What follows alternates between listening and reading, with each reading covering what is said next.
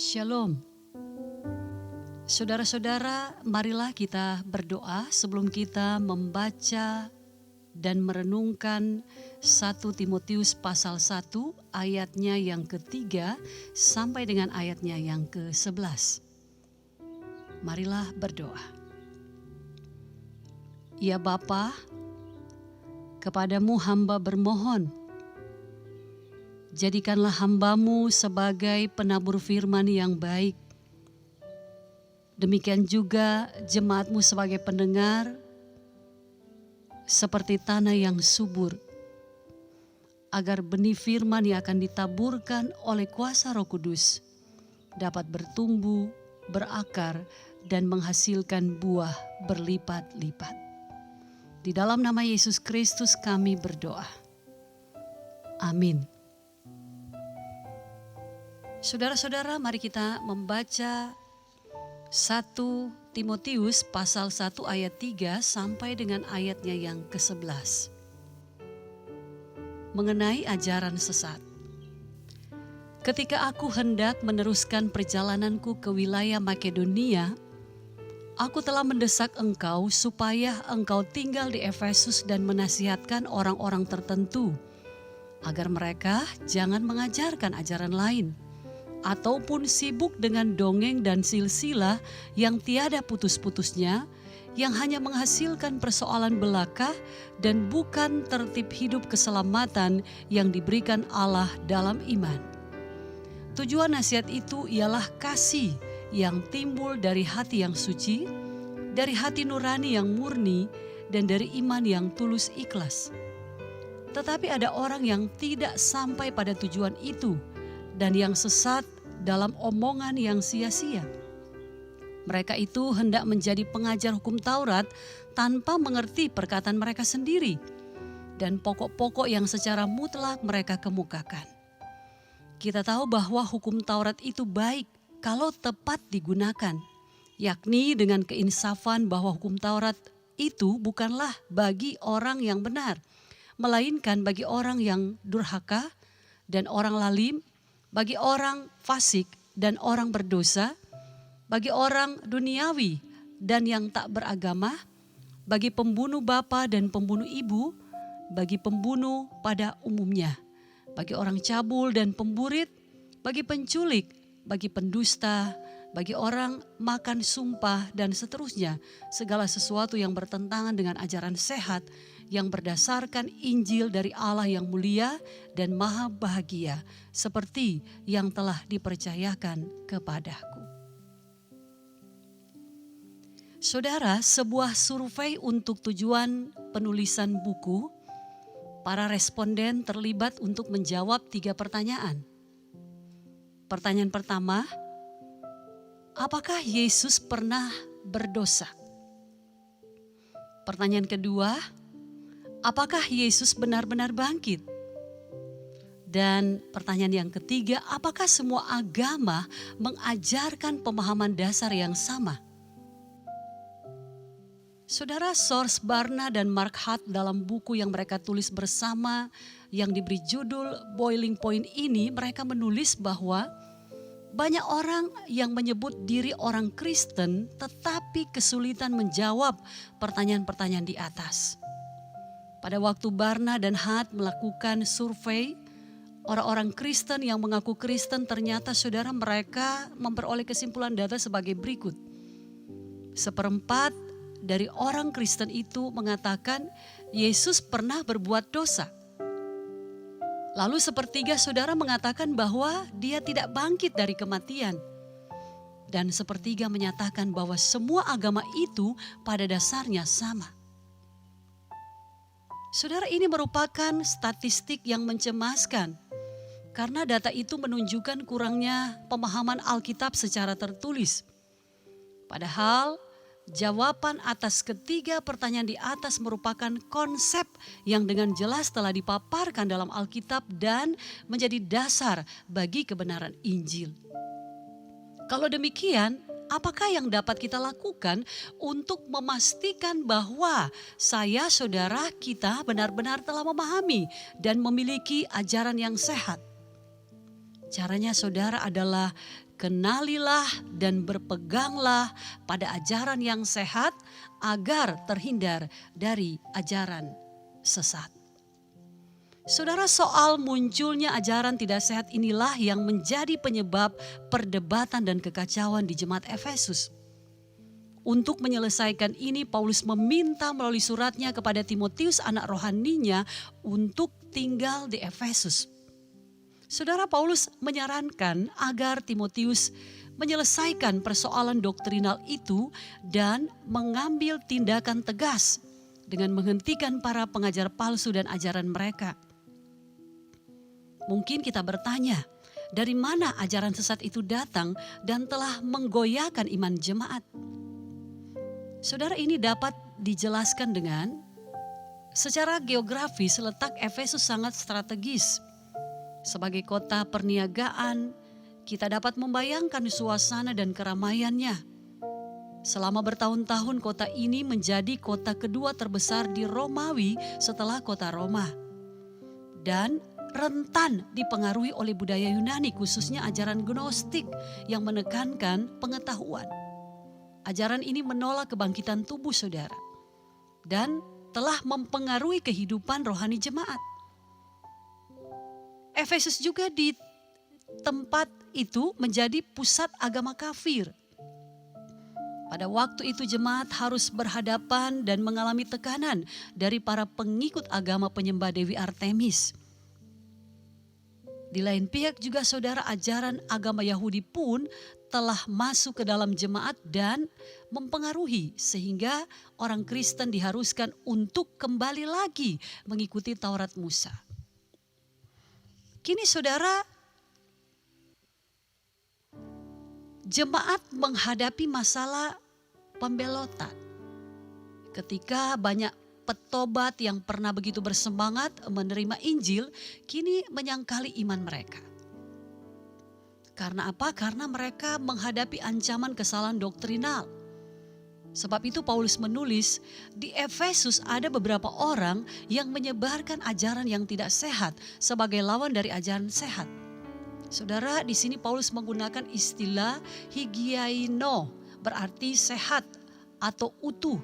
Tetapi saudara, dalam pengertian konteks doktrin yang berarti akurat, tepat, dan benar. Saudara, kata ini adalah sumber dari kata higienes. Ajaran sehat selalu berbicara tentang sesuatu yang dapat memulihkan jiwa dan mengantar seseorang pada keselamatan di dalam Yesus Kristus.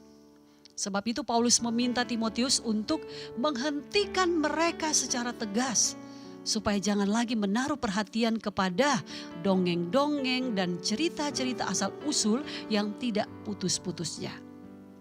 Secara temurun-temurun saudara, pokok itu dibahas dengan tidak habis-habisnya. Dan semuanya itu hanya menimbulkan pertengkaran saja dan menghambat orang untuk mengenal Allah dengan benar. Saudara, dengan tergesa-gesa sepasang suami istri melarikan anaknya ke rumah sakit. Pasalnya sejak sore tadi anaknya mengalami muntah-muntah tiada hentinya. Setelah ditangani dokter, diduga anak ini makan makanan tidak sehat. Ia mengalami keracunan makanan kadaluarsa. Gejala keracunan makanan kadaluarsa bisa menyebabkan ketidaknyamanan dan dapat bersifat parah saudara. Penyebabnya mungkin saudara tidak memperhatikan lagi kemasannya pada waktu berbelanja. Saya kira demikian halnya ajaran tidak sehat hanya akan menimbulkan keracunan dan merusak kesehatan rohani seseorang. Tetapi sayangnya ada juga orang tertentu yang mau memakan makanan tidak sehat secara sengaja. Artinya mereka jatuh ke dalam tipuan iblis. Mereka yang tertipu itu lalu meneruskan ajaran-ajaran yang tidak benar kepada orang lain, merusak persekutuan, menggiring para pengikutnya kepada kesesatan. Nah, jika itu terjadi saudara, cara terbaik adalah menghentikannya. Ambil tindakan tegas, menghentikan, stop terhadap penyesatan. Jangan sekali-kali saudara kita membuka pintu selebar berapapun bagi masuknya dan berkembangnya ajaran sesat itu.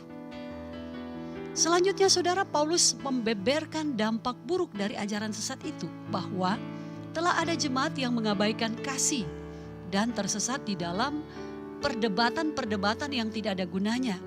Mereka mau menjadi guru-guru agama padahal mereka sendiri tidak paham kata-kata yang mereka pakai atau juga hal-hal yang mereka kemukakan secara yakin. Sebagai contoh, ajaran sesat itu mengajarkan tidak ada kebangkitan tubuh, dan untuk memperoleh keselamatan orang harus melaksanakan tuntutan hukum Taurat. Saudara, di sini Paulus ingatkan secara khusus untuk hukum Taurat, bahwa hukum Taurat diberikan untuk orang berdosa, tetapi hukum Taurat bukanlah standar seseorang mendapatkan keselamatan.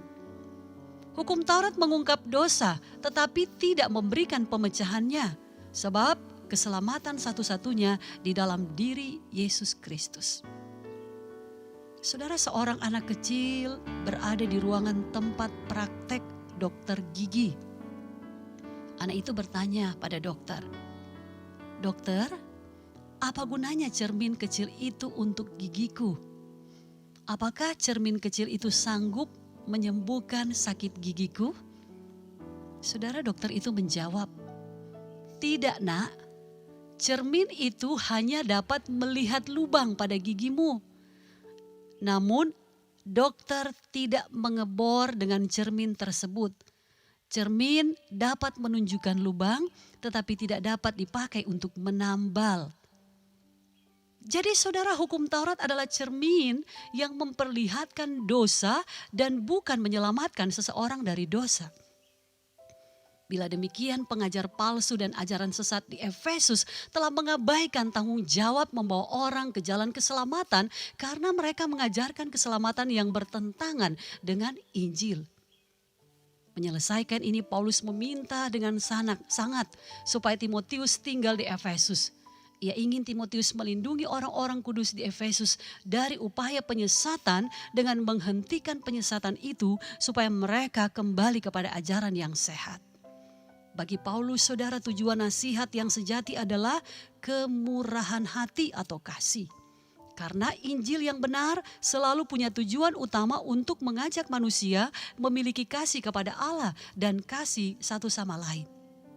Saudara, orang-orang yang membanggakan pengetahuan mereka mengenai hukum Taurat, namun hanya menggunakan sebagai kedok penyamaran untuk mengganggu pemberitaan Injil belaka dengan berpura-pura giat untuk hukum Taurat, padahal pemecah belah jemaat dan membingungkan mereka, telah menggagalkan apa yang sebenarnya menjadi tujuan perintah Allah, yaitu apa saudara? Kasih. Kasih yang timbul dari hati yang suci. Hati yang dimurnikan oleh iman, dimurnikan dari perasaan yang rusak. Saudara, seorang pencuri yang jahat menyamar sebagai pedagang di sebuah pasar. Ia memperkenalkan dirinya sebagai pedagang baru. Selama berhari-hari dia memulai rencananya dengan menjadi teman yang baik bagi pedagang lainnya. Dan entah kenapa saudara, semua orang menyukainya.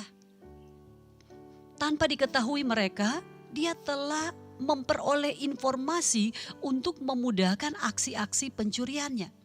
Hingga di suatu hari terjadilah saudara kehilangan uang secara beruntun dari toko ke toko yang lain. Sehingga ada muncul kecurigaan, kemudian perdebatan, ya orang saling mempersalahkan, sementara saudara pencuri itu pergi entah kemana. Begitulah saudara cara iblis bekerja melalui pengajar palsu. Seperti memperoleh teman baru yang baik hati tetapi akhirnya merugikan. Ajaran sesat tidak akan pernah berdampak baik pada perubahan gaya hidup seseorang anak Tuhan. Selain apa saudara? Keburukan. Sebab itu kita perlu mewaspadai setiap ancaman dan bahaya penghancur. Dan satu-satunya ajaran sehat adalah Injil karena menuntun orang pada keselamatan sejati. Injil Kristus seharusnya berdampak pada perubahan gaya hidup seseorang dan bukan bagaimana membangkitkan perdebatan semata. Ajaran sesat yang ditambahkan ke dalam ajaran benar hanya selalu menciptakan perdebatan, kekacauan, dan perpecahan. Saudara, Injil kemuliaan Allah bicara mengenai kemuliaan Allah yang dilihat dalam rencana keselamatannya di dalam Kristus. Yang maha bahagia adalah menarik, karena kata makarios, diberkati atau berbahagialah, biasanya dipakai mengenai manusia yang berbahagia karena berkenan kepada Allah. Gambaran ini sangat indah saudara di dalam ayat 11. Di mana kita belajar bahwa Allah pun hidup dalam kebahagiaan yang sempurna. Ditekankan di sini Injil dipercayakan kepada Paulus dan juga Timotius, dan seharusnya dipercayakan kepada orang yang dapat dipercayai, atau dalam bahasa Yunaninya pisteo, atau yang dipercayakan. Paulus ingatkan bahwa hanya ada satu Injil. Selain itu semua palsu dan pengajarannya terkutuk. Dalam teks ini Paulus menggunakan kata heterodidaskalein yang artinya mengajarkan ajaran palsu. Kalau kita melihat juga saudara dalam Galatia 1 ayat 8, Paulus pernah menegaskan bahwa tidak peduli siapa yang mengajarkan ajaran palsu, semuanya adalah terkutuk. Isi pengajaran seorang pengajar palsu selalu bertentangan dengan ajaran sehat yang didasarkan pada Injil Allah. Dalam sejarah saudara, sejarah kekristenan, begitu banyak ajaran telah bermunculan sebagai antikris yang mengklaim sebagai ajaran benar dengan kedok, penafsiran barukah, pewahyuan barukah, tetapi jelas adalah pemberitaan Yesus yang lain dan upaya penyesatan. Apa tujuan ajaran sesat sebenarnya saudara? Mengirim orang ke abadian di neraka. Dan ini saudara bukan masalah kecil. Paulus pernah berkata dalam Efesus 6 ayat 12, perjuangan kita bukanlah melawan darah dan daging, tetapi melawan para penguasa, melawan kekuatan dunia dari kegelapan ini, melawan roh-roh spiritual. Saudara, harap waspada. Setan ingin menjatuhkan kita dengan membuat kita percaya doktrin palsu. Disitulah pertempuran terjadi. Iblis ingin kita melunakkan pendirian kita tentang doktrin yang sehat. Dia ingin kita membuka pintu sedikit saja sehingga dia dapat memasukkan aliran ajaran palsu yang akan membusuk dan pada akhirnya menjauhkan kita dari Injil Yesus Kristus yang murni dan tidak tercemar. Ajaran sesat tidak pernah menuntun seseorang pada keselamatan, melainkan kehancuran dan kebinasaan. Saudara, seorang guru mengajari muridnya untuk menjadi ahli batu permata. Tetapi untuk menjadi seorang ahli dibutuhkan waktu belajar bertahun-tahun. Saudara, cara belajarnya unik. Murid disuruh diam, tidak berbuat apa-apa, tapi dia harus melihat dan memperhatikan dengan cermat atau seksama atau teliti batu permata yang murni di depannya. Selama bertahun-tahun saudara, ia belajar hanya memperhatikan dengan seksama hingga di suatu hari gurunya memberi dia beberapa batu berlian dan dengan cepat saudara sang murid dapat membedakan mana batu permata yang asli dan mana yang palsu. Kemampuan melihat manakah yang asli itulah saudara akhirnya dimiliki oleh murid yang mau belajar bertahun-tahun. Saudara sebagai guru ataupun pengajar firman, saya dan saudara harus terus-menerus memperlengkapi diri. Untuk kemudian memperlengkapi jemaat kita sebagai domba-domba Allah dengan tujuan kasih. Supaya jemaat mengerti mana ajaran yang benar. Mereka paham mana permata asli dan mana permata yang palsu. Karena memperoleh ajaran sehat yakni Injil dari Allah yang maha mulia dan maha bahagia. Demikian yang Paulus tulis dalam ayat 11. Ketika Yesus mengutus para muridnya, dia memberikan peringatan agar mereka waspada terhadap nabi-nabi palsu yang bukannya menyembuhkan jiwa-jiwa melalui pengajaran yang sehat, malah sebaliknya justru meracuni. Mereka adalah guru-guru dan nabi-nabi palsu. Yesus pernah berkata, camkanlah, aku sudah mengatakannya terlebih dahulu kepadamu. Jadi apabila orang berkata kepadamu, lihat ia ada di padang gurun, janganlah kamu pergi ke situ. Atau lihat ia ada di dalam bilik, janganlah kamu percaya. Saudara, Yesus ingatkan juga kepada saya dan saudara, kepada kita untuk selalu waspada. Selalu berhati-hati sebab kepura-puraan mereka itu tampak atau kelihatan sangat wajar dan tidak menimbulkan prasangka orang. Sehingga bisa membuat kita mudah terpercaya bila kita tidak waspada atau berjaga-jaga. Saudara, di sepanjang masa akan selalu ada orang-orang yang mengajarkan hal yang tidak benar. Mereka akan menggunakan segala macam cara, termasuk memutarbalikkan Injil. Dan fenomena hadirnya ajaran-ajaran sesat dewasa ini bukanlah hal yang baru. Sejak dulu sudah ada, bahkan di zaman perjanjian lama telah bermunculan penyesat. Mereka adalah nabi dan pengajar palsu dengan ajaran yang memuaskan telinga sebagai tipu daya iblis dengan tujuan membinasakan. Tetapi Injil sebagai ajaran sehat, akurat, tepat, benar, mengantarkan orang pada keselamatan di dalam Yesus Kristus. Sebab itu saudara, kenalilah, berpeganglah pada ajaran yang sehat agar terhindar dari ajaran sesat. Melalui apa saudara? Kita perlu melindungi diri dari ajaran tidak sehat dengan mempelajari, mengenal yang sehat. Cintailah firman Tuhan, mempelajarinya secara teratur supaya tidak disesatkan oleh kepalsuan. Kita perlu menilai semua pengajaran berdasarkan Alkitab. Jika akhirnya saudara, Tuhan pun mengizinkan kita untuk berhadapan dengan upaya penyesatan, mintalah Roh Kudus menolong supaya kita mampu menolak dan menghentikan guru palsu itu. Gereja harus peka, gereja harus sadar bahwa kita menolak dan menghentikan guru palsu atau ajaran palsu itu. Ingatlah, kalau kita melakukan kehendak Bapa yang Yesus Kristus telah ajarkan, maka kita telah membangun sebuah fondasi yang menopang dan memampukan kita untuk tetap bertahan terhadap tipu daya iblis hingga akhir zaman. Penting sekali saudara bagi saya dan saudara memastikan bahwa kita benar-benar telah memahami dan memiliki ajaran yang sehat. Matius 7 ayat 18-20 berkata, tidak mungkin pohon yang baik itu menghasilkan buah yang tidak baik, ataupun pohon yang tidak baik itu menghasilkan buah yang baik. Dan setiap pohon yang tidak menghasilkan buah yang baik pasti ditebang dan dibuang ke dalam api. Jadi dari buahnya lah kamu akan mengenal mereka. Terpujilah Kristus. Amin.